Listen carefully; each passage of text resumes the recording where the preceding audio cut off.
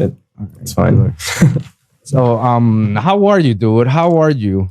I'm doing great. I'm in the middle of moving, so everything has been a little chaotic lately. But yeah, just I'm doing all right. That's good to hear, man. Congratulations on that, man. Yeah, thank you, man. Yeah. It's second time I'm moving this year. Wow. 2 times in 1 year. That yeah, that's my life, I guess. I'm doomed to moving all the time. you are. That was gonna say that. Do you actually often move that often? No, not really. I moved cities at the beginning of the year.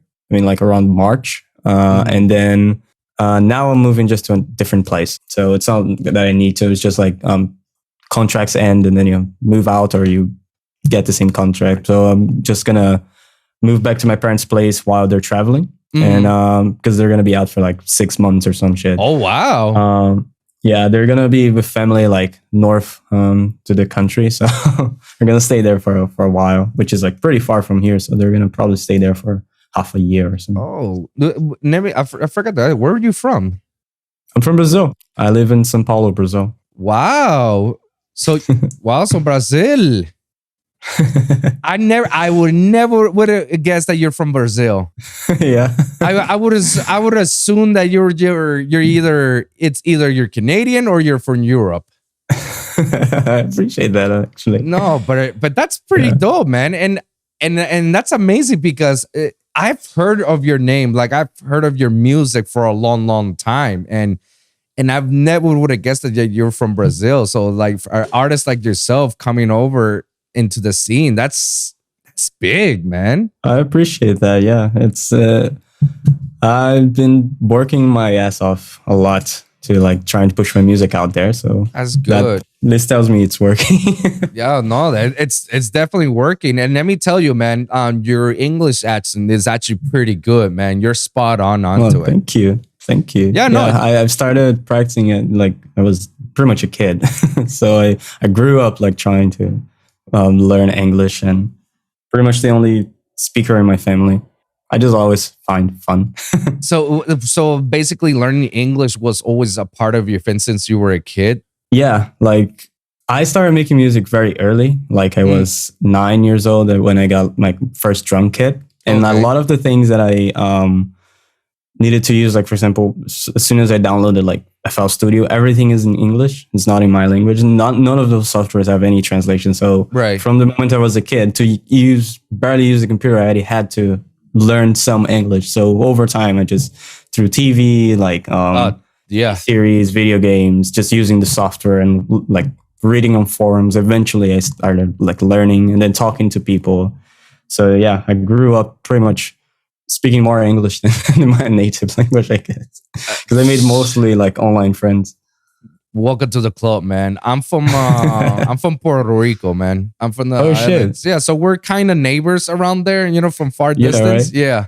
And then I moved to Miami. So English was also part of my life because we're considered U.S. citizens. So it's we're enforced to have the English language as well. Yeah. But we're predominantly Spanish. And over the years, like you, I've traveled with my parents. We do little traveling in the States, and they were very emphasis of me learning English and watching movies and TV shows my whole life. You know, I know everything through English. So, and now I know more. And I talk more English than I do on my own language of Spanish. Yeah, me too. I spend like all day either like teaching people or like on Discord hanging out. So I think like the only people I actually talk to in real life is like my girlfriend and my roommate, pretty much. And then like I don't go out that often. I should though. Probably should. So that's the only time you speak Portuguese. When it's with your girl, your roommate, your family. Other than that, everybody's English. Yeah, because everyone else is like just friends doing music and everything. So I just mostly, if you check my chats, like most of my friends, all of their chats is just, Brazilian Portuguese. But then my chats is just like everyone is from different parts of the world. So it's always English. Yeah, no, that looks around like my Instagram DMs, like different people from different parts of the world, Yeah. And it's pretty cool that, we can actually universally communicate each other, with the same language. Yeah. And it's wild how you can find people with like the same interests, like from such a difference, like a distance from you. Right. And it's so fascinating to learn, their stories and their come ups into why they are where they are right now, Like, yeah, right. Like, for example, with you, me learning that you're from Brazil and all the music that you've done over the years, to me, that's fascinating, Because I cannot, maybe you can, I cannot name any Brazilian bass producers out there other than you. I'm pretty sure there are music producers. There's not as many. Known, but yeah, there's not as much. Maybe mostly not in dubstep. At least there's some big like trance and minimal house guys. Yeah, no, I don't know anybody. That's not my taste. Yeah, no, that's not my taste. I don't know any, but I'm saying from the bass area. That's why I say there could be any. I can say I know at least just like a handful. Really. There's not that many. And to me, you're like the only one that stands out of that, because you're the only one that actually, at least here from the States, you're pretty much well known in a sense, At least I know you, and I've heard your music since the Cymatic days. When, shit. Imagine that. Damn. Imagine that when Cymatic started to pop up, you guys were doing, sound designing for these guys, and then they started to blow up and whatnot. I know listened and know you from that day. Same reason as Infinite and Company and Wolv. Yeah, that's crazy, dude. And Lane Careless Castle before he was a Dare, Yeah. I know all these guys when you guys started out, so it's funny for me it's very, very, very rare for me to see you guys like, still killing it right now, because there's so many of the other Cymatic people. I wouldn't say that they disappear from the face from the earth like Tashion and Nasco, but I don't feel Nasco is actually getting more active with the community. Nasco is popping off. Yeah, Nasco. He's always been like a fucking genius. But with Tassion and Kermode and I don't know who else, those guys and those guys were part of the foundation of Cymatic, and they kind of like disappear from the face of Earth. All the rest of you guys that made a living out of it. I'm glad I could manage that. Actually, so I've seen a lot of friends just quit because they couldn't turn this into a sustainable job. But I'm lucky enough that I could. So kudos, bro. Didn't do it on my own either. Always with help of people. No, of course, man. But and before we actually delve into that, I actually very curious. Like, how did you actually get yourself into Cymatic? Like, did they reach you out, or you reached them out, say like, "Hey, I do this." Yeah. So the thing with Cymatics is those guys, the owners, were kind of in our circle before they founded Cymatics. So kind of knew them. I didn't know what they were doing, but then they started Cymatics and they knew us. At the time, Zetta was a duo. So it was me and a friend from Romania. Oh. And it was Dimitro.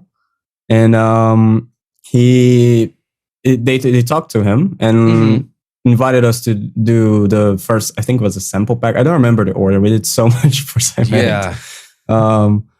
But yeah, they invited us to do that, and then they already had the Cymatics project going up, like rising, and they started doing these like artist packs and like artist project files. And yeah, they wanted us to do one, and then we did the next one, and then the next one, and then when I saw it, I was literally doing sound design for them like pretty much full time. Jesus. So yeah, that's pretty much how it went. Like just Facebook friends, and then we got to know the owners, and then eventually the company got bigger and bigger and bigger and bigger, and then I worked for them for like over a year, pretty much. I think 2 years straight, just doing sound design for the packs. Wow, the whole like the thing. I did a lot for them. I did like preset samples and all sorts of stuff. and basically all your samples and your sound designings is created the birth of thousands and thousands of freaking bass producers, you know. Like your sounds itself became part of other producers sounds, you know.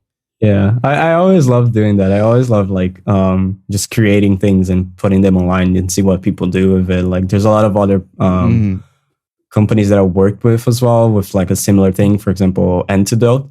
I also did a free download sample pack for them like a while ago. Like right, yeah, I remember a little later after the Cymatic thing. Yeah, and it for some reason also popped off. It stayed like #1 for years on the downloads of that company on Hyperdit, I think. Hyperdit, yeah. So it was like #1 for like 2 years straight. I was like, how?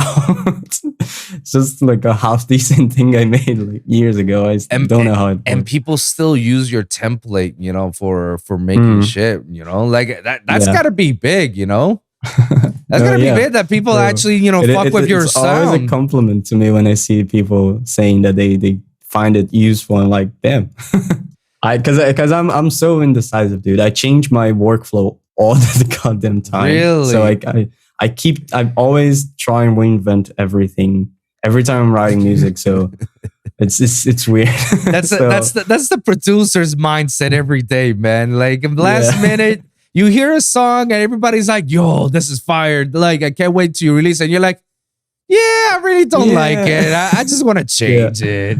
It's always that thing. Like you'll make like your most intricate body of work, like spend 100 hours on it, and then not many people are gonna like it. And then that one whip that you made in like 30 minutes, everyone's just like, "Oh my god, dude!" Yeah, it's always like that, bro. Bro, there's this one song that I released, I think last year called "Brain Damage VIP." I was gonna scrap it. It was literally a 10-minute edit that I made for shows, and I didn't want to release it. And then my manager at the time was like, "No, dude, you just drop it, free download, whatever." I was like, "Okay." I don't know how it got 100K. Was like the most played song of that year on my releases. I was like, "What the hell?" Like, how did it happen?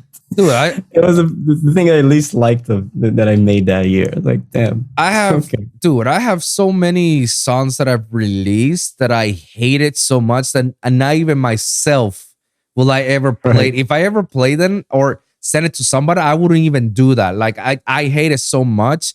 And I even hated the fact that I released it. Yet those are the ones that are the most popular and the ones that It's so ironic.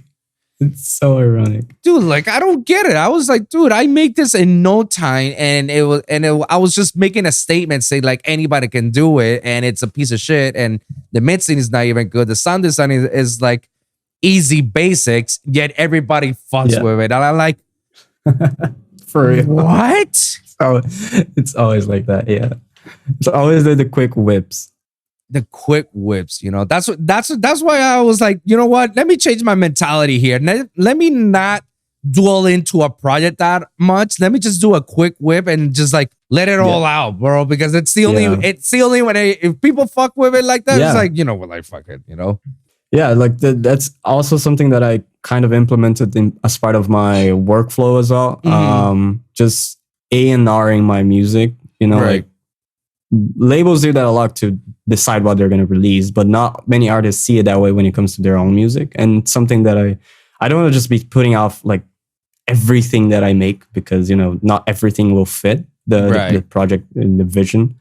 Even though I don't think I have a set style. People say they can hear it, but I don't think I have anything that's like majorly like specific in terms of style, because I don't like that. I just make whatever and I release it.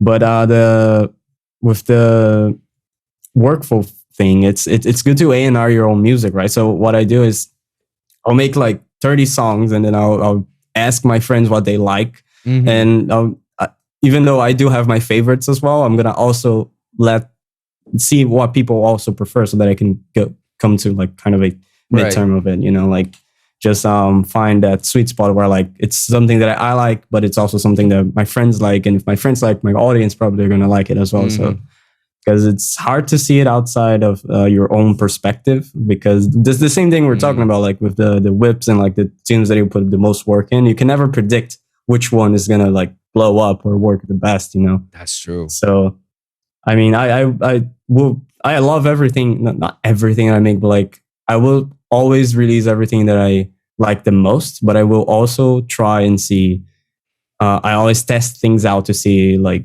if people like it too. Because in the end, I'm not making music only for myself. I'm making music for people who follow me, which is something that it's kind of the point of my project. It's not just about me.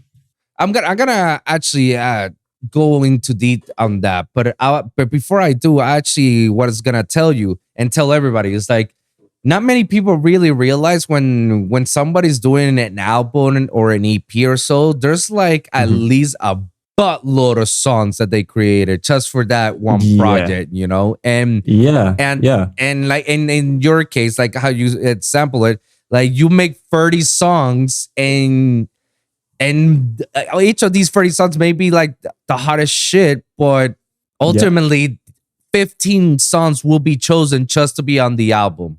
And that happens across artists. Like, imagine your favorite artist and they release the hottest EP ever. And then the EP is 4 tracks, right? Imagine how many other songs that they created that didn't make it, and you may think like, oh. A good example is I'm literally working on my EP like for the past 2 years, ever since the last one came out. Congratulations. So I've been working on that so you can imagine the amount of tunes that passed through that. Yeah. I'm down to 6, but I'm pretty sure I made over 50 songs and then I just discarded them from the EP.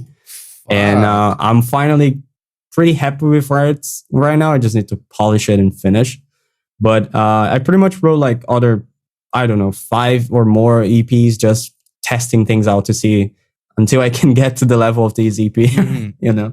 So it's like, it's a lot of music. Like right now I have like pretty much 50 demos as well outside of that EP. And all of the other tunes that I made for the EP but didn't make it because I didn't feel like it fit the vision I was going for. Right. Are still there. I'm just not going to release it because now they're old and they're like, there's not quite to the same level as what I'm making now. So yeah, that's pretty much it. Like with this EP that I'm working on, like you can imagine the amount of music that I made throughout like 2 years just to get like these like 5 tunes ish. And we'll see, maybe 4. And I'm just starting out my own EP project, you know, and it's a 2-piece project. I already started the first track, which is the intro. And so the 2-piece EP, initially I wanted to make an 8-track EP, but then when I stand back and looked at it, I was like, you know what? It's better off to split it into 2. So that way it makes more of a side A and a side B. So the side A comes this type of music, and then the side B is this type of music. It's the same genre of dubstep, but 2 different layouts. Like one is more heavy, you know, poppy, you know, tear out really metal stuff. And then the other half is more happy, melodic, future rhythm, you know, happy, melodic drum and bass, stuff like that, you know? It's happy music. So you got the tear out stuff and then you got the happy stuff, you know? And I split Sick, dude. That's a sick idea. Thank you. And like the idea came from, you know, expressing myself as of like when I started out in this industry, of how much, you know, I had to endure, how much, all the struggling, all the suffering, all the pain, all the ups and downs from it that I couldn't, in the situations I was, you know, that represents what happens in the first EP as I started out as the lone wolf, you know? And then the second EP is all the happy and great stuff that just happened to me that I'm currently doing and what I'm currently building up to. And that EP is called The Wolf Pack because now I'm no longer alone. Now I got people, you know, I got important people around. So that's like the whole storyline for the EP, you know? That's great, dude. I love that. Yeah, I had a similar idea, not to this extent, not such a big project, but a few years ago, I had this idea to make this A and B release. It never happened because I never finished both tunes, but I wanted to do this A and B release, which was like 2 tunes. Right. And I would write like from start to finish in a day. One of them I would make it in the day that I was feeling the most happy and like possible, like, you know, when you're in a good mood. Yeah. And the other one I wrote in like the absolute worst day of my life, like having like a shitty day. And then it's insane. Like both tunes turned out like so different, like so different. It's insane how your mood can affect what you're doing. And that taught me a lot as well in how I do my music, because in the end I don't want to mixed emotions in my stuff. If something is happy, I want to keep making it happy, but if I'm having a shitty day, I may make it a little worse, you know what I mean? So that was a little experiment. I wanted to release it, but I never found a label that fit, and I didn't want to self-release because A and Bs are like so goddamn hard to market. Especially these days. But yeah, I still have those tunes. One is called Passion, and the other one is I don't remember. But yeah, it was this A and B release. That's pretty dope, you know. And well, here's the funny thing, because of those A and Bs that I had in mind, because it's funny that you say that, and the names of it, because each of the songs that I have that I'm doing, each of them has their own names, you know. So you in the tear out version, you got, you know, Pain, then you got Fury, then you got Despair, and then the last one is the Lone Wolf, you know. Then when you get turned to side B, you go the flips, the opposite of it. What's the opposite of Pain? Pleasure. What's the opposite of Despair? Hope. What's the opposite of Fury? Amazing. Joy. And what's the opposite of being alone? You know, pack. You know, you got together. You got group. The wolf pack. Then you got the wolf pack. So it's funny that you say that, because that's exactly how I actually am building it right now. I'm currently building it. You know. Yeah, that's great, dude. That's that's one of the best ideas I heard in a while. Like a lot of EPs these days, they're so forgettable. Yeah. Like, I mean, to me, to my taste, of course, I don't speak for everyone, but for myself, there's a lot of things that I hear that I'm like, yeah, this is cool, but it's old in like the second listen. I already am bored of it. So, you know, it's not something that sticks to me much, which is why I'm constantly listening to so much music to find things that I like. Because I fucking love music. I don't go a second in my day without listening to music. So to find good music that I can leave on repeat and not get tired of, it's hard. No, it's definitely hard. But it's I love it when I find that one tune that is like, this is so good. Recently, the one thing that did that for me was Stay Six, Resonance. Like, goddamn, that tune is so good. It's friends of mine as well. That's pretty interesting, because you recently I've been noticing that a lot of EPs haven't been like this next revolution, you know, grandstanding, something different, wow factor anymore. Now it's more of those same monotonous EPs or singles, even sometimes singles for some of your favorite artists. You know, it's just always the same. And I was gonna ask you, like, do you think that we just hit a industry standard in which this is the only time where a label is gonna release your shit when it's something that's, you know, the same as every other? Or do you think that there's still some labels that, you know, they welcome, you know, something new and different? Yeah, I mean, it really depends, because there's labels who are gonna anything pretty much. So they're gonna release any genres. They're gonna release like Monster Cat, for example. They release all types of music, right? My goal, and they're all really good there, man. My goal. Yeah, right. For real, they're huge. They're huge. I've been listening to Monster Cat since I was like a little kid, so you know. Same, bro. Same. But yeah, there's labels like that, and there's labels who are more focused on one like niche specific type of sound, like Halcyon, for example. Right. So there's a difference. I'm not sure if it's all about just quality, because it can be like subjective, but in terms of like innovation and all that, I feel like labels who release like everything will always stay on top because they have so much more freedom, right? Yeah, but at the same time, it's not easy to find like this one niche specific thing to release, you know, like that. Find multiple artists making like similar things that are like still different within themselves, you know. So I feel like both have their their value. But in terms of like stuff that is forgettable, I feel like that's also due to the fact that it's really not difficult to learn these days, so you can, back when I started, if you make music for 2 years, you kind of got somewhere and okay, you can now make a half decent tune. But now if you, right now, because of the amount of content you have, you can make like insane sound design and you can learn everything in your DAW in like less than a year. But then a lot of people forget that about musicality and all that, which is why it makes it forgettable, because they're rushing to learn so quick and like, dude, be the next like big producer and blah blah blah.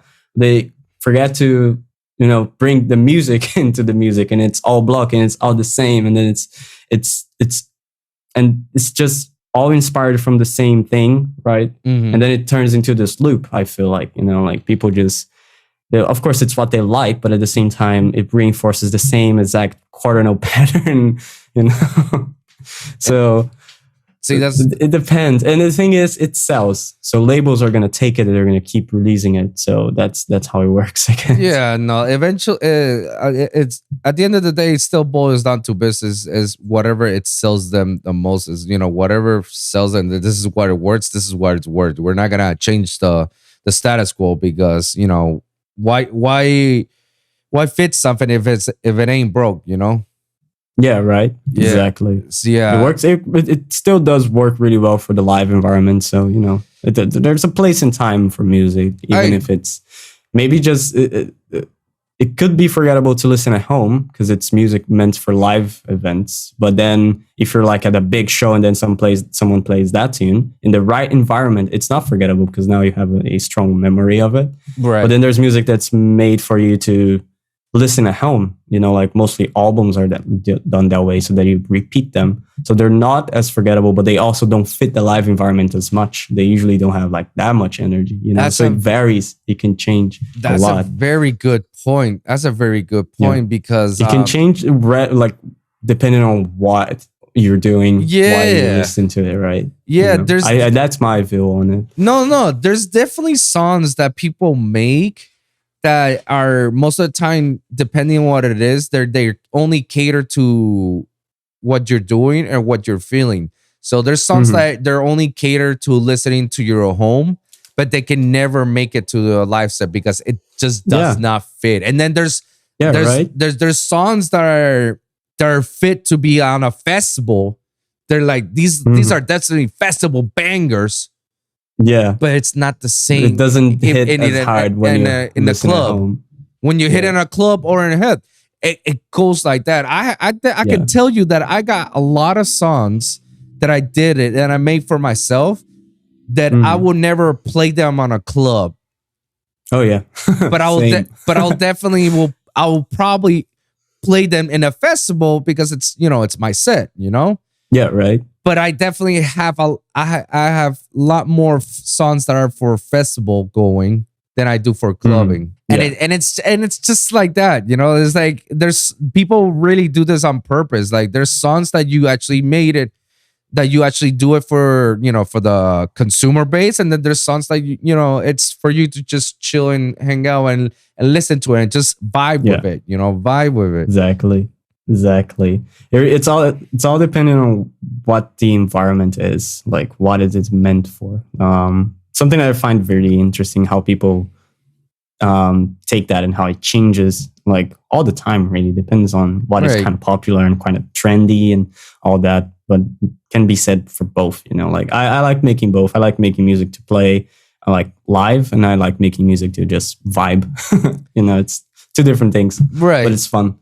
And it's funny because I don't purposely like set up for, when I'm making a song, I never purposely like, oh yeah, this song is tuned in to purposely be on the home, or this song is tuned in purposely to be at a festival or a club or whatever. I just do whatever, comes out for me naturally. And then when I hear the end resort, I was like, this is actually that ties back to the A&R thing I was talking about. That's kind of, I do the same. I don't sit on it like, oh, I'm gonna make festival music. It's not like like that. But then once I'm done and I have like a little batch of tunes, I can then listen to them and judge them better to see where I think it fits the most. And then that then ties to the marketing, so how I'm going to do the artwork and everything, how I'm going to present this project to my followers. So it's really hard to pick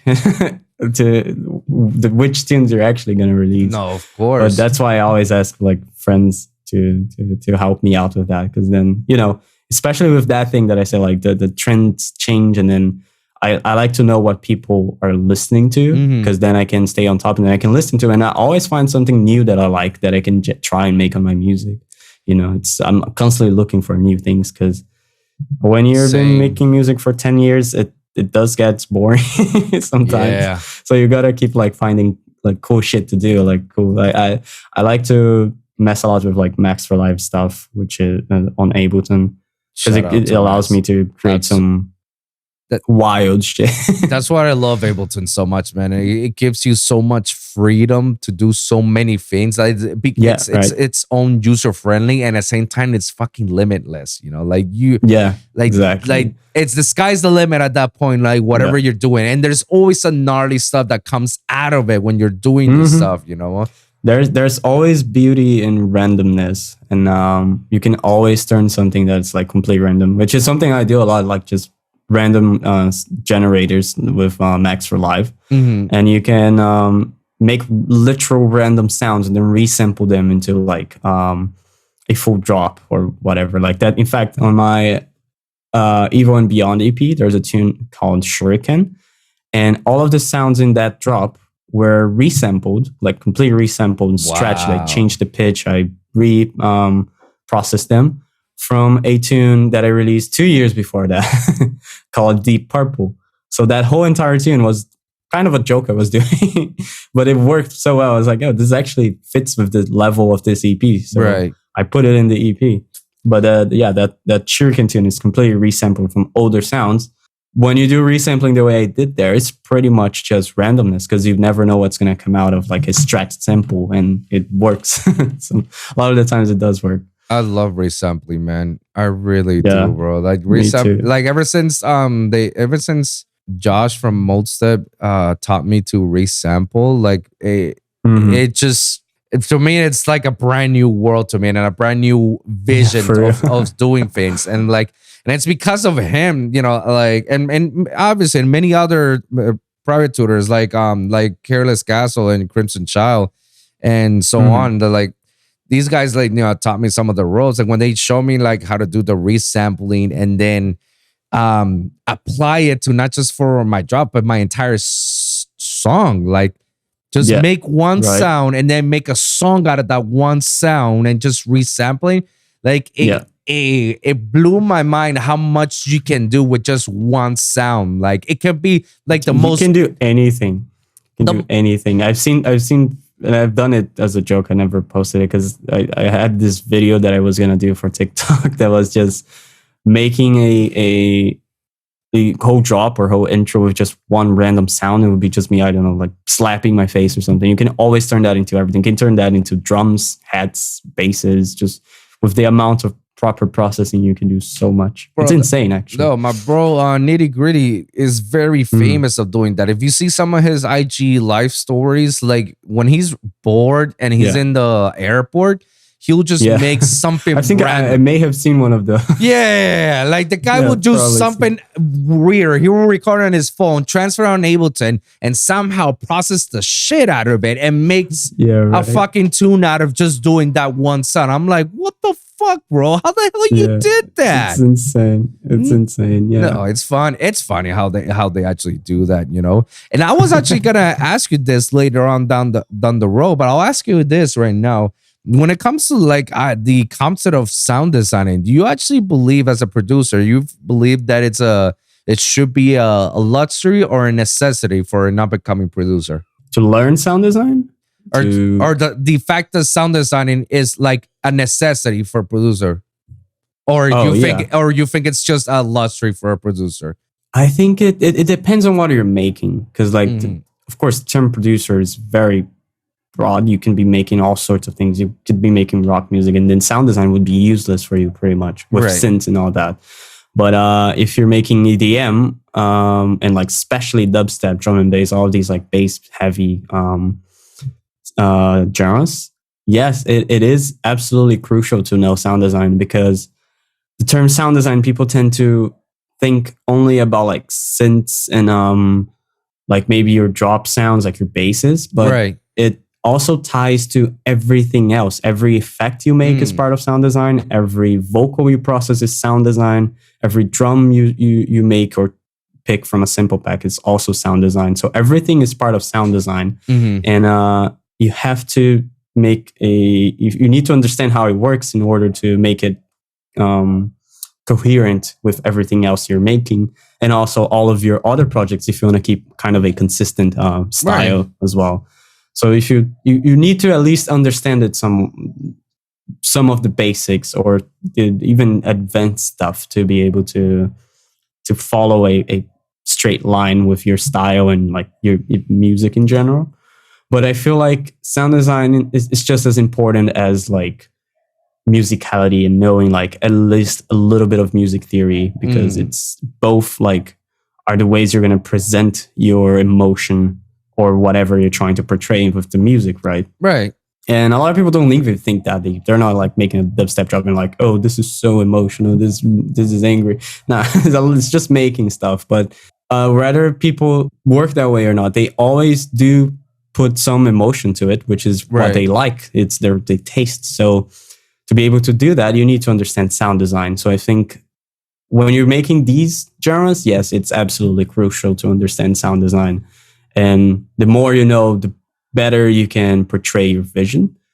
Just as well as music theory and like just musicality in general, having a good understanding of that will absolutely help, because it's not a limitation, it's a guide. I see people thinking music theory is like these rules and like, oh, it limits me because I can't do this and I can do that. It's like, no, you can do whatever you want. It's just a guide.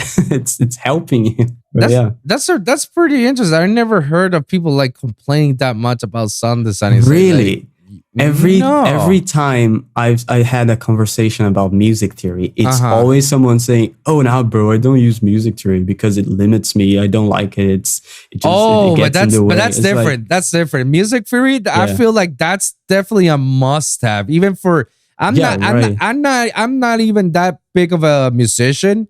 Yet I know at least the basics of music theory. I know at least the scales that I know I'm gonna play, and I know the notes.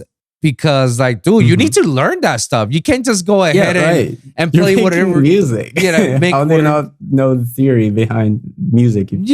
Bro. Like it's a saying that some of this, and it's funny because I've seen a lot of up-and-comers and locals do some of these mistakes that they say, nah, bro, I'm just gonna do it like this. When you hear about it, it's like, dude, what the fuck is this? There's no song structure. Where's the drum? Why is the song is still the same on a loop over and over? It's like, well, that's how my vision is. That's how I did it. That's how it feels. So I'm like, bro, but you need to know that this is how you do things. Like you gotta have shows like, nah, bro, fuck the rules. So that's what limits me and this and that. One thing I like to say, it's learn the rules so that you can break them. Yes, I was gonna get into that. Yes. Right. Ladies and gentlemen, listen to Zetta right now. Listen to what he's saying. It's not Wolves and me talking, conspiracy theory and talking shit. Like, no, listen to the guy who has a lot of experience over all of us. Like, break it down. That's how you push for innovation too. Like, you need to understand what you're doing, and then you can break the rules and innovate. But like, I had students tell me that I had a whole like hour explaining how music theory is not really just it's not a limit. It will actually expand, because music theory can explain anything you do, whether you want or not. There is a way. If you put random notes in a random arrangement, there will be a notation that you can read. There will be a chord in which it is. There will be like all sorts of inversions that you can find in that. So it's not all random, even if it's still music. If you do it just by ear, you're still using music theory. You just don't want to admit it, But it still is like music theory. It's hella important. It's like, but it's not a limit. It's a guide. I always call it. It's more of a guide. It helps you. It's not like, hey, you do this, this, and this. It's not like a blocky thing. It's like, dude, it's teaching you where to go, and then you go from there with your creativity, you know.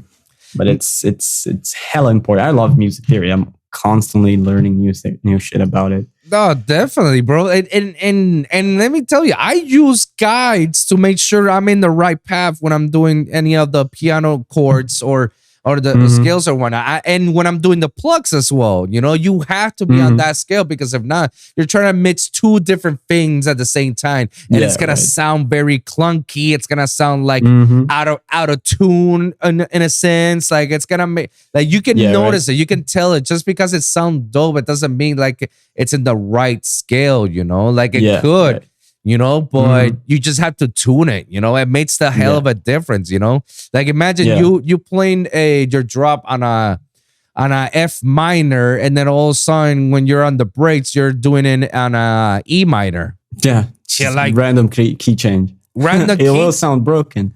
But again, that's where music theory, and I think that's why I think it's beautiful. If you want to do that, imagine you wanted the clunky and like broken feeling. You can do that with music theory. It tells you what to do to kind of generate any type of emotion. So if you're trying to go for something happy, you can do it with music theory. If you're trying to go for something more broken or like you say, clunky with like weird like key changes, right? You can still do that. It's not any less of part of music theory. It's just going to be a little harder to explain to someone new, like to show, hey, I did this and it's like kind of broken in the middle. It's like you're gonna have to explain it, but like at the same time, it depends on what public you're trying to reach for, right? Because of course 99% of people are gonna enjoy the more like formulaic stuff, you know, that they're familiar with, like the 4x4 patterns that are recognizable. If you make something completely different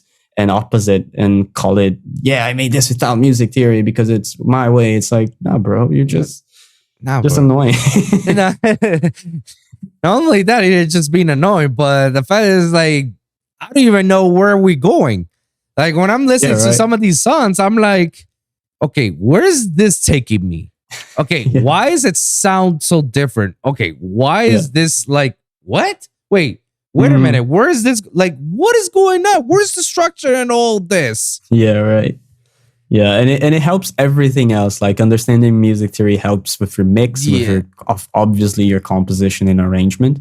But with your mix and like your final product, it's always much cleaner because it's all tied together. People tend to separate those processes, like my sound design is this, and then my mix is that, and then my arrangement is this. It's like it's all one piece of music. It's easy to separate that when you're producing, because you're like, oh, now I'm doing the arrangement, now I'm doing the sound design, now I'm doing this and that. But at the end of the day, it is all one piece of music, and everything is still tied together. Like, so if you start with a shitty composition, your mix is gonna end up being shitty because the elements you chose are not gonna be good. They're not gonna fit well. So it's all tied together. It's all part of one piece of music anyway. So like music theory will help you build the base really, really well, because then you can have the right elements with the right sounds. And in the end, your mix is going to be like so much easier to do, right? And then the final product is always going to be better. No, I 100% agree with that, man. And people don't really realize this, but music theory and other aspects, they all go together. Like they all have to go along together, you know, in order for a song to make it like sound like, oh wow, this is a song, you know, like knowing the music structure of it, knowing what the arrangements of what an intro, what a verse or a break, a build, a drop, an outro. What are the sounds that you're implementing on every section, you know, what type of scales you're going through, you know, that makes the whole song, you know, like what the mixing and the mastering behind it to make sure you're clean up all those eerie frequencies. You know, people don't really realize that, you know, you can make a dope song, but if you have some eerie sounds or frequencies that you're not aware of it, when you play that on a club, that people are gonna notice it right away. It's just it's common. No, it's not common. It's very, very predictable for an engineer and a producer to detect that. So when you're playing that on a club, the engineers hears that, it's like, holy shit, what kind of turd is that playing? Like, damn it, I need to clean this up midway, you know? It's the only way. Exactly, man. You know, everything goes along and makes sense together, you know? It's the only way that it works. And, you know, and sometimes we had to show, you know, the next gen, like, hey guys, this is a little bit of guidance. I know you don't like it, but guess what? You know, this is how it's gonna get you further and further, you know. And once you know how to get to this, you can actually expand yourself a little bit more and do other cool stuff, right? You know, like it's literally like we said before, like, learn the rules so that you can break the rules. Exactly. It's the best thing I ever learned in my life. Really. Exactly. And and let me ask you, you know, because you said that you have students, so you do a lot of private tutoring sessions, you know. How often you get your schedule is booked, you know? What's normally your schedule, and how often you get these, you know, up and comers, you know, giving you some of these songs and you're like, holy shit, we got a lot of work to do. Yeah. I mean, I've taught like all sorts of people, from like very beginners to intermediate and even advanced producers. Like very advanced people that are like even further away and way like further ahead of me. Really? In terms of like their releases and everything. They're like, but then they came to me asking for help in some specific things, and I was like, yeah, I can help you with that. And yeah, the beginners always have like some more basic questions, and I feel like it's way harder to teach someone who's pretty much on the same level as me, because they know most of the things that I also know, than like a beginner, really, because the beginner can just show them the correct way to do things, the simple way, because it's all simple in terms of mixing, for example. It's all very straightforward and formulaic. I always tell this to people. Mixing is easy because it's all a set of rules that you just need to apply correctly. And what is really hard is composing, because it depends on your creativity. It's something that you can't measure.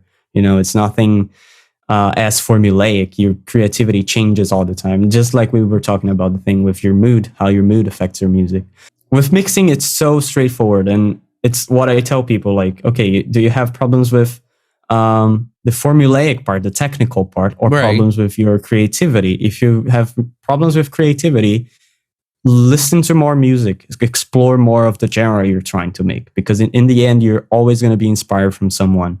That's how it works. That's how human brains work. You listen to something, you like something, and then you recreate it like automatically, not even trying to.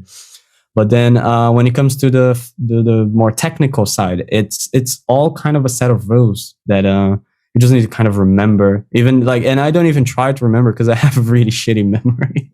So I have like loads of notes. I have like a whole PDF I wrote for myself for teaching, so that I can have a little reference if I'm trying to teach some topics that I haven't taught in a while. And I'm like, oh, actually, I do know what I'm talking about, but let me check this so that I can teach properly. And then I always add notes, and then it's also stuff to remind me of the techniques that are actually good and useful. Because, like I said, I've been making music for pretty much 10 years. I actually think in November it's going to be my 10th year making music. Yeah, it's hard to remember everything you've learned over a decade. You know? Right. So I don't even try to. I just use a lot of racks that I made, and I save them so that I don't need to always build them from scratch. I save like all sorts of presets of my own, like every single thing I have like a default preset on, so that I don't need to remember this exact starting point. So I have templates for everything. I have initial presets for Serum, for Vital, for all the channels enabled, and everything is like, there's a little category so that I can easily do, you know, sound designing for. I have a whole sound design folder of effects that I know that I like to use, because I have a million plugins and then I eventually forget about them, you know. When it comes to the technical side and teaching how to do that. I always tell them it's all a set of rules, really. When it comes to mixing, there's things that you can't really do, especially because of how phases work and all that. Like, you can't really put like reverb on your sub. Of course, it's gonna sound bad, like, you know. Yeah. But for a beginner, it's like they're gonna ask, well, why you can't? And then I just explain, well, it's gonna destroy your phases, and if your phase is destroyed, goodbye sub. So it's easier because I like teaching beginners because I can show them so much and like how amazing it is to be able to make music like by yourself in a computer. Fucking, I don't know, 40 years ago would need a whole band, you know? Seriously. And, you know, right? And then like I can just write a whole album in like a week if I wanted. And this it used to take like fucking months, even years for back then, you know? It's but yeah, it's to me, it's I love teaching like a lot. I've been teaching for like the past 4 years, pretty much.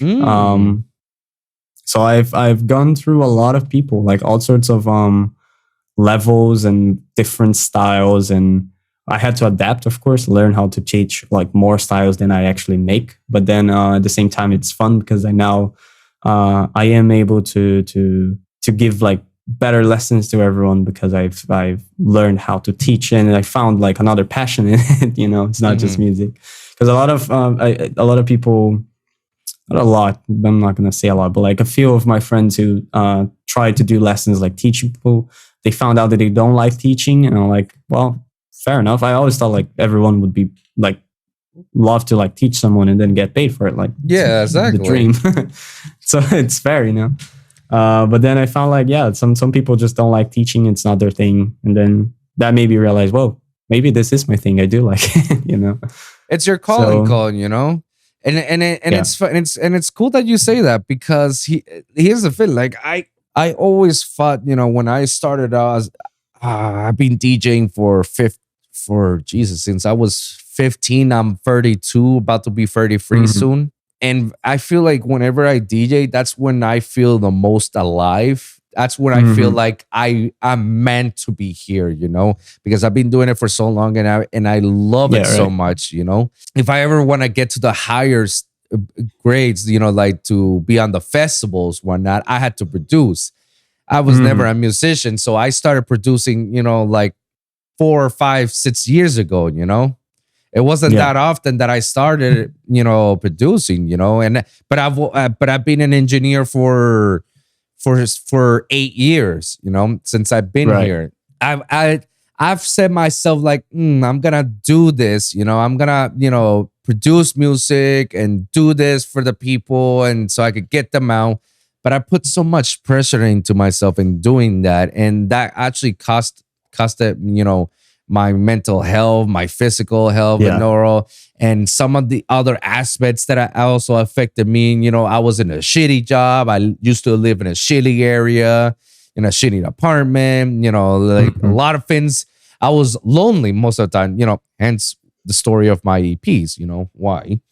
But, you know, I was in that predicament. And then once I got out of it, you know, I stand back and look back and say, is this really what I want to do every day for the rest of my life? Is this like my thing? And something that a lot of men don't realize, that, or a lot of people, then let me not say the gender, you know, just say a lot of people in general, you know, because we're in this world, and I have to be politically right, you know. Anyways, we're living in this era in which, like, I had to stand back and say, I don't think I want to do this every day. Like, I don't see myself to do this for a long run. You know, I don't see myself 10, 20 years doing music. Like, it's not. I feel like doing music, like, I should consider it as a hobby, as of like, whenever I feel like it, I'll just do it. Yeah, right. Because like, I felt with so much pressure that I had to do it, because I have to show these to these people that I know, that I just hooked up, that I connected. I gotta send it over, because if not, they're gonna forget about me and this. And I put so much pressure about it that at one point I had to look. I was like, do I want to live? It takes with this? A lot of energy. It drains you. It drains you. It's not it's different than like having a 9 to 5, you know, right? Where you go there, you work your hours, and then you go back home. It's with music or any jobs in the like the media, like social media or influencer, or and even that's within the entertainment industry. It's constant. It's constant. It's draining. And you're your own boss. If you don't work, if you don't like set your goals, if you don't get to those goals, well, you're only the one who's gonna be hurt, you know, because you're losing it because it's your job, you know. Exactly. So you have to, boss up on yourself and like actually,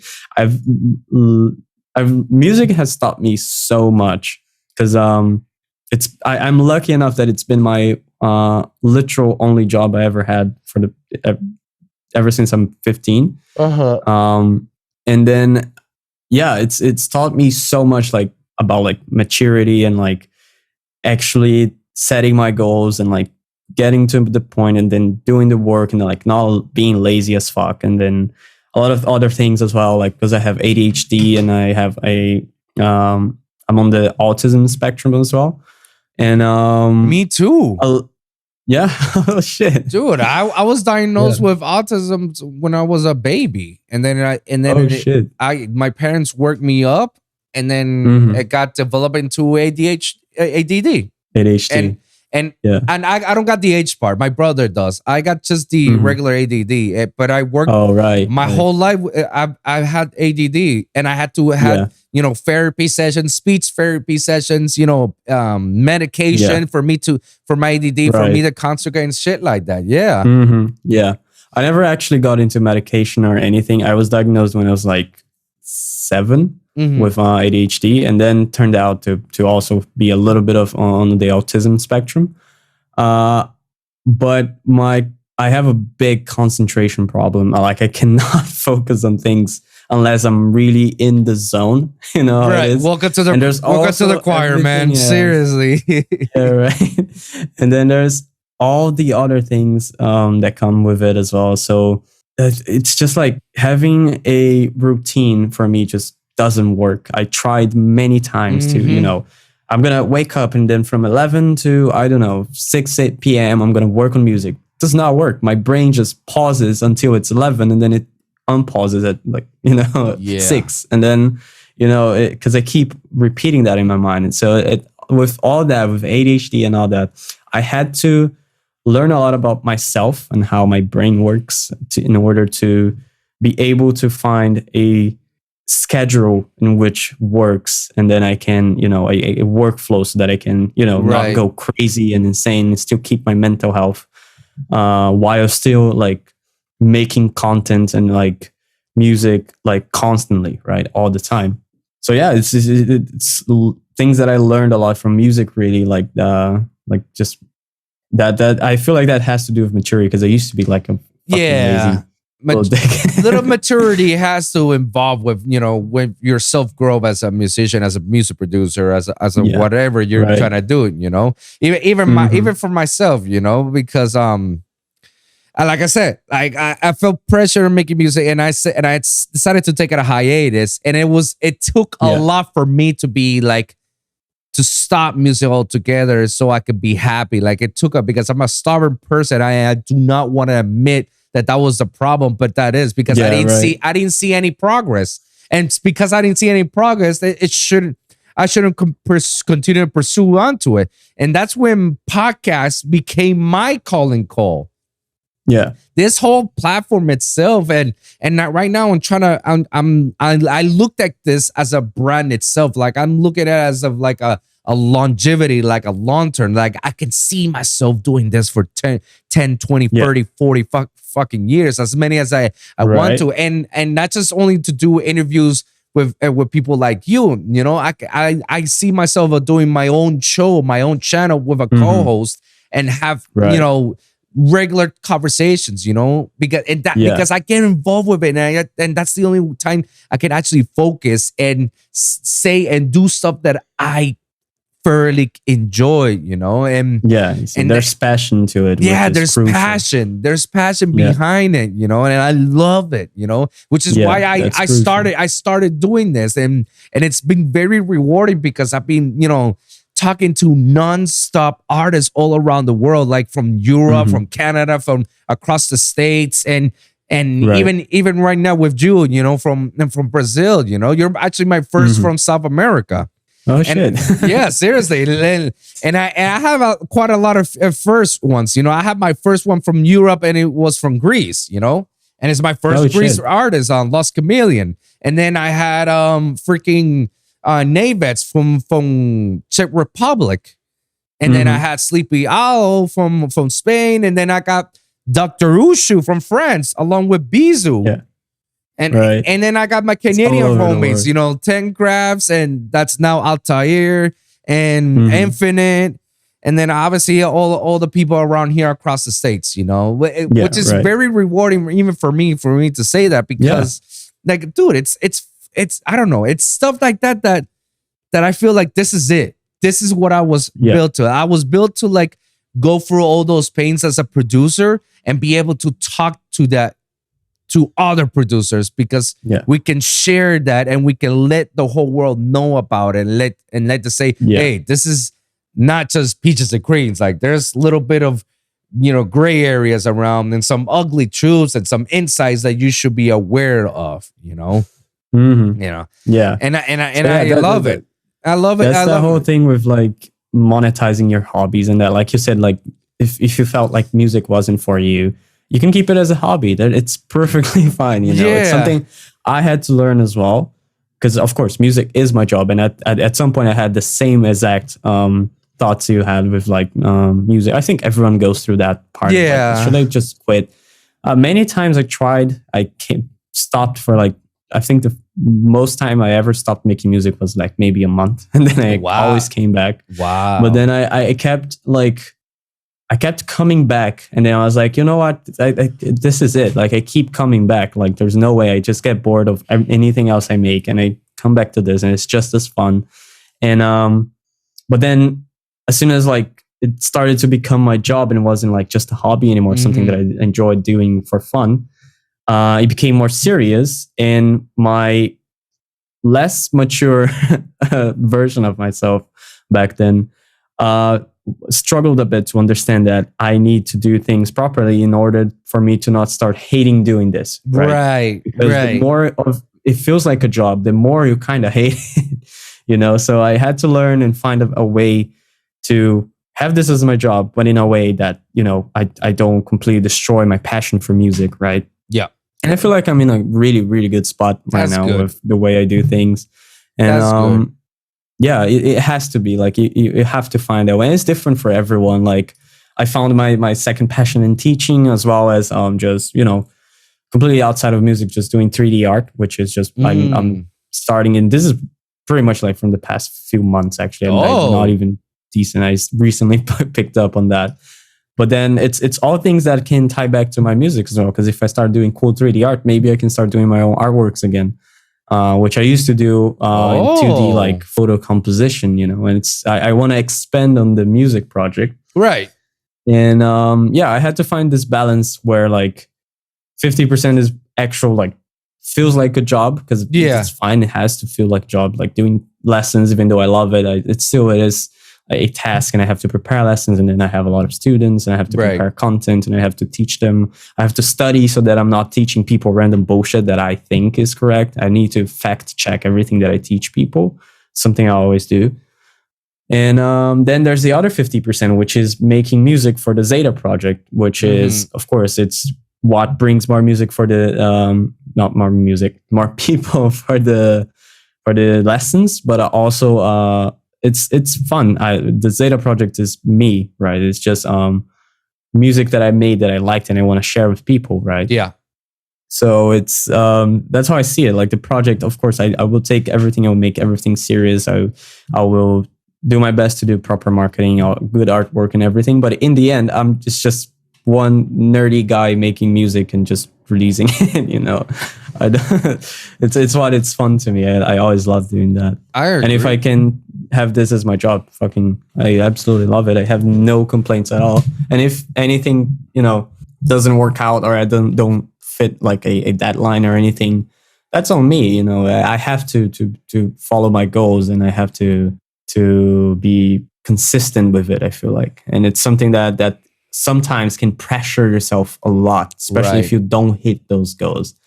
And I used to be really, I'm still working on this. It's something that I'm still working on myself. And I need to not be too harsh on myself, which I constantly am. Especially, for example, with this whole EP thing, I'm really picky, which is why it's taking me 2 years to finish it. Yeah. Because every time I'm done, I'm like, nah, I don't like it. And then I scrap it and I go again, blah, blah, blah. But then when other people hear it, they're like, oh, dude, what the hell? Why did you scrap this? This is like so good. And I was like, is it? It's that whole like imposter syndrome. But all of that, like, it's all pressured from all the time from like, people, from like social media, and from yourself as well, from like forcing yourself into doing tasks and like having a consistency with it. So I found myself coming back to music way too much to say that I don't want to do this for the rest of my life. I want to do this for the rest of my life. So you gotta find your passion. It's that thing. It's all about finding something you're really passionate about. Yeah. And if you want to monetize it, okay, but be aware that turning it into a job may ruin it. It's the way I see it. But luckily, it hasn't ruined it for me. Of course, there's the bad parts of everything. There's had some bad experiences here and there, but the good experiences I had outweighed them like for a lot. I agree. I cannot tell you how much a lot of experiences I had over the industry, how much I learned, and so much secrets that I learned that I was like, holy fuck, should I be in this room and know about this type of truth or whatnot? Like, yeah, right. It's like there's some fucked up shit. Yeah, there's a lot of fucked up shit. Besides the real fucked up shit that people are aware of, there's guys, you don't even know half of the stuff that really goes behind the scenes, Like for example, maybe it is a shady scene. It is a shady scene, as it is. And even your favorite artist, I'm not throwing names out there, but even your favorite artist, it has. They may have some shit, They may have some shit. It's like the old saying. Never know. Never meet your heroes, Exactly. And it's the music industry, man. It's like it's not even just EDM, just everywhere. It's just exactly. It's this whole like of course they have more popular genres and everything. It's too much money for people to be nice, so they kind of lose themselves in all that. I agree. And a lot of fucked up shit happen in the back, that people don't even know. Of course, it's not the fans' fault that they don't know that. It's not the fans. No. Absolutely not. But that's why I come here and I spell the sauce. Hell yeah, bro. Yeah, bro, because sometimes I'll say stuff and with the artists, that I'm interviewing, so they can be aware of, and whoever's listening to, they could be aware of, like, if this is the path that you want to take, expect some of this stuff, like this is stuff that really do happen, and always be a lookout when stuff like that, because I also want to inform my audience and all my followers, for everybody who's trying to be an up and coming artist or an up and coming producer or up and coming whatever, filmmaker, writer, actor, cosplayer, video gamer, graphic designer, whatever it is that you're trying to aspire to. Like, I want them to aspire for whatever they want and get that passion behind, but be aware of the certain situations. Be aware of the negotiations, of the contracts also that happen. Be careful so that you don't become part of it. Don't be part of the problem. Be around some weird people, and then you need to be able to tell when they're that type of people, so that you can push away from that. Yeah. And it's everywhere. It's like any job that you work, that you have to work with people, you will find at least one bad apple, and then you have to distance yourself from that person, because it might ruin things for you. It's kind of like you have to shield yourself from all that. You know what sucks the most is when you actually find out later that you've been hanging around with this bad apple. Oh yeah. And you're like, oh fuck, I didn't see this coming. Like he or she never showed they're true colors. So you're like, damn, that happened like to me very, very recently with the whole audio situation with with Michael Knight, which was my manager, and also someone I worked really, really close with, like over, I don't know, 4 or 5 years pretty much.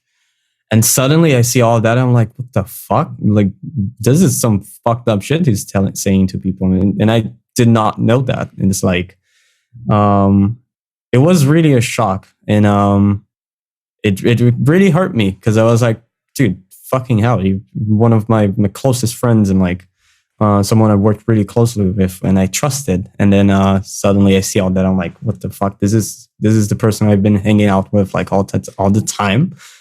And it's bro, when it was fucked up. Yeah. It was fucked up. At the same time, it hurt me even more because I ended up losing my main platform, which was Audio Records, because the label shut down. Like everything was shut down. So after his scandal come out. Yeah. As soon as that happened, like the whole label shut down. Wow. I was part of management as well. I was doing a lot. This is why I was working so closely with him, was because I was doing a lot of the label stuff too. And in some cases, we were talking about like getting the label transferred to my name because it would be my record label at some point. But that never happened. And I didn't want it because I didn't have that much time to handle all of that stuff. But I was doing a lot in terms of like A&R, management, marketing, and all sorts of stuff. But as soon as that happened, like I had to talk to him. I was like, dude, yeah, no, I can't work with you if you're like that. It's just not okay, bro. And we had that long conversation, and then I just called it quits. I left, and he also left. He didn't want to do anything anymore and shut down the label. I wish he would at least apologize because he didn't say anything. No, he didn't. I don't think he ever apologized. Yeah, he just left it like there, and you know what's done is done. When Tremor showed me that, I was really like, what? Because I didn't know what was going on. I didn't know what the hell was going on. Like, dude, when it comes to Twitter and any other sort of, EDM beefs, I don't know what the fuck is going on. I stay away from that. I stay away from the drama. You know how I know about it? When I talk to people like you, or with Tremor, or with, Semi or Mantic, or some of the other people from the Grocery Boys Discord. Like, those are the only times I've ever know what the hell's going on, with the beats, and when I know about it, I was like, oh wow, shit. Like, well, I got something to talk about. Like like one of the things I send you over on the topics, like the whole Excision and Gator situation. Like, I wasn't aware of what the fuck was going on until I heard like in more or less full story complex. So what for the people who weren't aware about this or doesn't know what happened with Gator Excision? So basically, the whole story is that Gator blasted Excision for Excision using a ghost producer, and some of the ghost producers that Excision use is Gator's homies, and most of the industry is aware of it. But then Gator is like, exposing Excision is like, give credit where credit is due. He doesn't give credit. Yeah. And that's what I gathered. That's what I gathered, right? So yeah, me too. That's what I saw. Yeah. So like, I didn't know what it was. So it's like this. And then that's where I started hearing people taking sides and say, oh, fuck Eds, or no, oh, fuck Gator. But and I'm in the back. I'm right here sitting on my couch watching. Just getting a popcorn. Seriously, because here's the thing. Dude. Here's the thing. Like, in that situation, when I listen and I gather everybody's thoughts and I hear about it, I came up with this. And there's a lot of things that people aren't aware of it. And I talked about this on my previous interview with Terminal Velocity, because he's actually very friends with Jeff and Excision, and he knows more about it. And we talked about a little bit about, not that about the Gator situation, but more about the aspect of the ghost production. Here's something that people don't really know about ghost production. And when some of these big acts or big superstar producers like, Excision and the Diplos and whatnot have, or not maybe have, need somebody to produce their music because they got a whole entire enterprise for themselves. They got their own corporation in itself. It's a whole brand. It's a whole brand. Like, you know, like, do you honestly believe Excision has time to make new music when he's fucking running Lostland, his own fucking festival, and he has to play and he wants to play in his own festival? It's not only just that, just everything else as well. Like, he has merch, he has like a label, he has Lost Lens, he has his own shows, he has his music, his own graphic designs, you know, his own visual arts, like, his the own level PKs. He does his shows. So there's so much shit. And it's like, there's people. I mean, I don't know because I don't know him personally, so I can't tell if he is ghost produced or not. But if he actually is, we would never know exactly because of the NDAs. Like, there's no way no one would ever break one of those. It's definitely not worth. Exactly. You know, even I have my NDAs. Like, I've done my fair share of ghost production for quite a few people. You know, it's like it's some big people out there as well, which of course I can't name. But it's how NDAs work. If Space Laces really did that and really ghostwrite for him, we'll never know. It's like, well, no. This is just like hearsay, she said. You know, you know, exactly. and even themselves cannot deny or confirm it because they'll be in breach with their NDAs. And this is something that people don't really understand. This is business at the end of the day. You know, Excision has to make business, and in order for all his stuff to run, there's some aspects that he has to like let others do his job or do his bidding. Like, come on, like if Excision does all that shit, bro, he's a fucking god. He's a fucking god running a festival, a music, a tour. He sounds like dude, like he's on music. It's like, God damn, you got some energy. One man army. I'm telling you, one man army. Honestly, I make one tune and I'm like dead for the rest of the month. You know, imagine, you know, just playing shows all the time and all that. It's like, it's way too much. I don't doubt someone could do it, but that means that person is working 24/7. Yeah. It's like, if you can do that, but the one thing you're completely throwing out of the window is your mental health. You know, you could not sustain that for more than like maybe a couple months or like maybe a year. Let's put it that way. You can do that for a year and then goodbye your mental stability. Like, you're not going to be stable at all. You're way too stressed and way too like overworked. Exactly. That's why unless you have like a lot of people working for you. So, you know, exactly. That's why you have to outsource yourself with others for them to keep this business running. And it is a business. It is a business. It's a big business. Exactly. But let us not forget, you know, like, and let's say I do say that he definitely has, you know, ghost producers because, you know, I know people and I talk to people and I know someone that knows someone and that can vouch for me for all these stuff. So we all kind of do know the answer to that. yeah. But I don't try to go rely and say, oh yeah, I know from so and so, you know. No, just leave it as of like no names up to now. But I can definitely verify you that, you know, if even you know, Excision does have outsourced his music and does ghost produce, he definitely puts those people on the map. Like, it's not like, oh, just make music for me and sign an NDA and here's your money up front. There really is more to it than like, people really see. Because I don't think it's any type of like inhumane condition, you know, where it doesn't pay them properly or doesn't, you know, it's not just like, oh, here's like with the whole like screenshots that leaked and all that, which honestly we don't even know where that came from, but okay. Yeah, exactly. But like at the same time, they look decently real, but at the same time, people talking about the prices, which I saw was like, yeah, that's kind of cheap for what it is. You know, I think it was some type of mixing service, whatever. I'm not sure if it was full on ghost producing, but at the same time, I'm pretty sure if he does do that, I don't agree with like people having ghost producers. I don't think that's something in the EDM scene where your voice is your music, right? There's and you can make your own music on your own. You don't need to be outsourced by others. You know? Yeah, it's like it's just imagine if like one example I saw, I think was Nasco. I'm not sure if it was Nasco. Someone mentioned on Twitter about like how you can compare things. For example, like a singer has their voice and that's their signature. Right. A producer has their music and that's their signature. Right.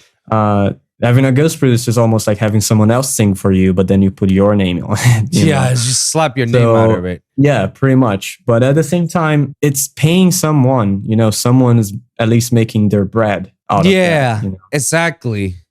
So I think it's first world problems, right? Yeah, seriously. But to me that I live in like a third world country and I see like a lot of shit down here. I see that like, well, it's like, someone's getting paid at least, Yeah, exactly. So it's like in the end, it's not that bad. It's just unfortunate.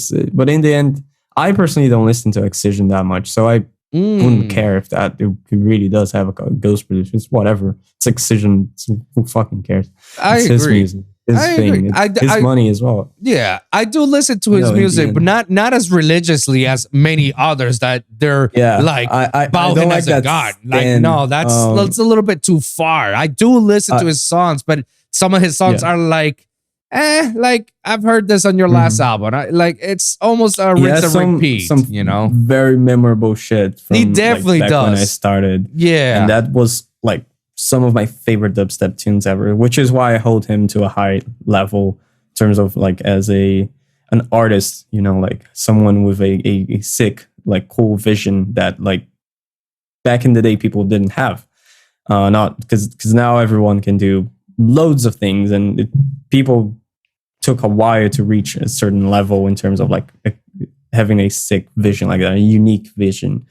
But now people be calling him like generic and all that, and it's like maybe, but why is he generic? Is he generic because he just made that music, or is it because like a lot of people just copied that exact same formula and now it's generic because everyone just copied the one on the top? So there's a whole there's a lot of things that are backwards that people blame him for, and they don't. And I don't think he's like a saint or anything like that. So it's like, I mean, he is ghost producer, it's his problem, but at the same time I really don't care that much. How many people really do care about it? Like I didn't care about it either. I didn't realize this was an issue until I heard in the Twitter thread, Getter calling him out and shit. It's all Twitter drama, so it's just, at least it's fun to watch. It's fun to watch. I stay away from that drama as much as possible. I don't even want to even touch or even put my opinions because there's always gonna be somebody saying that you're wrong. I'm like, I learned a long time ago not to find anybody on social. I'm a little stupider because I keep just poking fun at shit, and sometimes people get mad. But it's like, it's whatever. It's just Twitter drama. No, you know what? When is it that I make fun of people? On my podcast.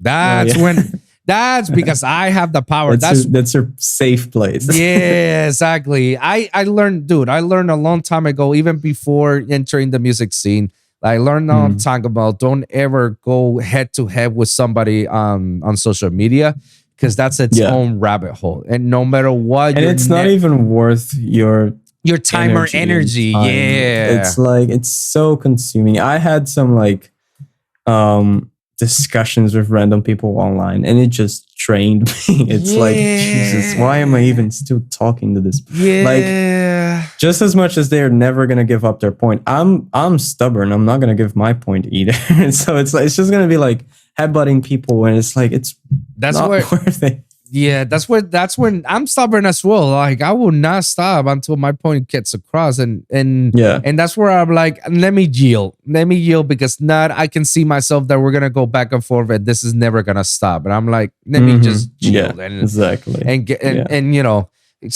let them say like, he took the L, I took the W, he didn't respond to me, why not? Like, all right, cool, why not? Take the ratio and enjoy. Yeah, here's the thing. That didn't took much of me. I think I'm the one who gets the W because I've been renting rent free in your head, and you're still talking about it, right? Yeah. So, I'm the one who let it go. I'm just like, whatever. I'm not gonna go butts head. It's always like the most pointless discussions. Yeah. That get like lots of attention. For why is that?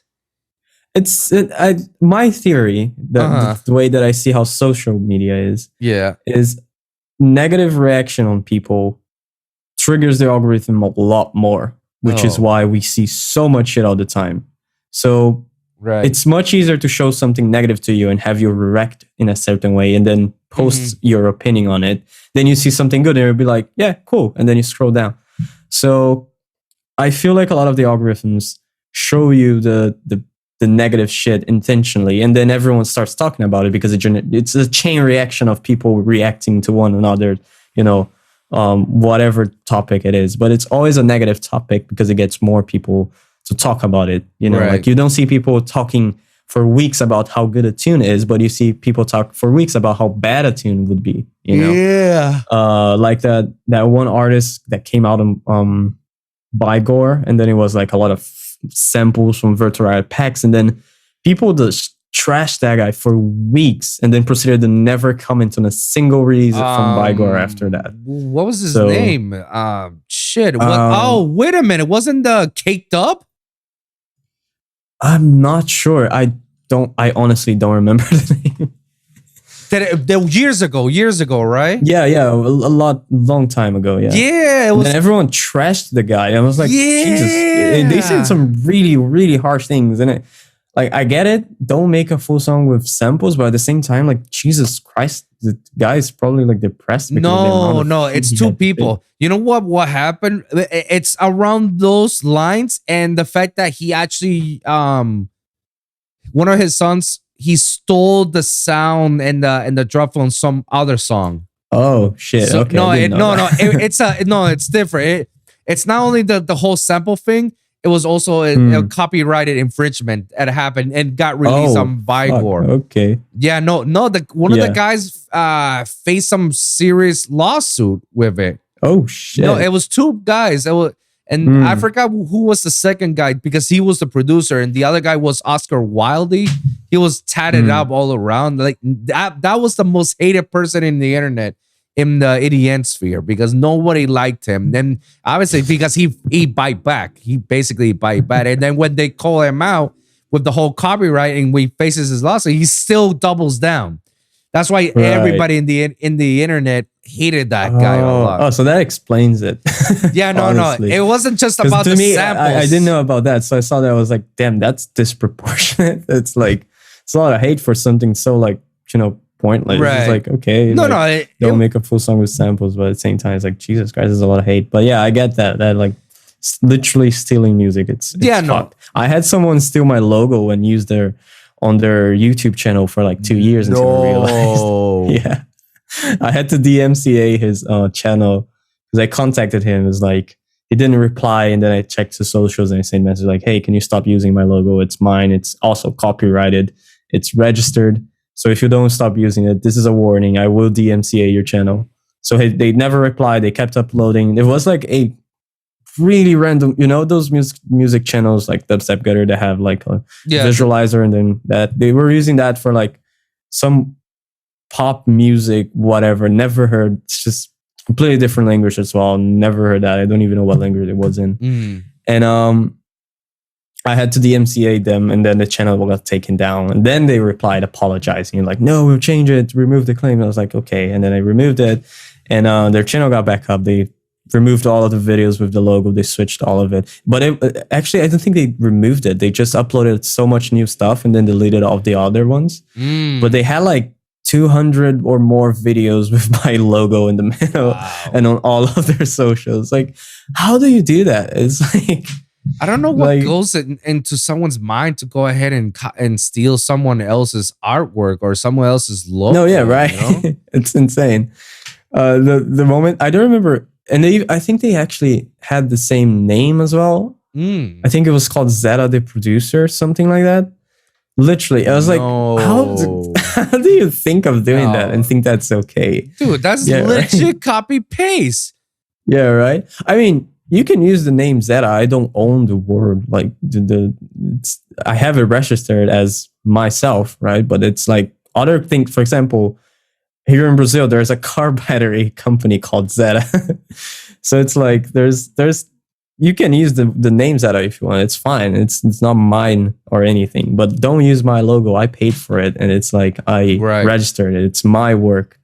So it was weird. It was really weird seeing that, and like them not even like replying to my emails or trying to sort this out in a better way. But in the end, they just removed it all and then switched the logos. And I mean, that's all I wanted, is to just stop using my logo because it's mine. I agree. What's going on, everyone? If you guys made it all the way to the end of the episode and you feel kind of left out, like why didn't the episode finish? Like, don't worry, guys. It's okay. The episode was way too big for me to put it in just one episode, that I had to divide the episode because there was so many good content and so many good topics and discussions that it cannot be discussed under one episode, but had to divide it so we can always have brand new episodes with brand new topics every Friday. Always remember that. So be sure to like and subscribe for your weekly episodes at the Lone Wolv Podcast for SoundCloud, Spotify, iHeartRadio, Apple Podcasts, and of course the YouTube channel at lonewolfpod.com. That's right, lonewolfpod.com, where you can check all my latest episodes. And always remember to comment down below. Let me hear your thoughts. Share your experiences. If you guys got a certain topic that you want me to cover for the next episode, please let me know on the comments down below, and I'll do my best to do so. So thank you guys for tuning in, and we'll see you guys at the next one. Deuces.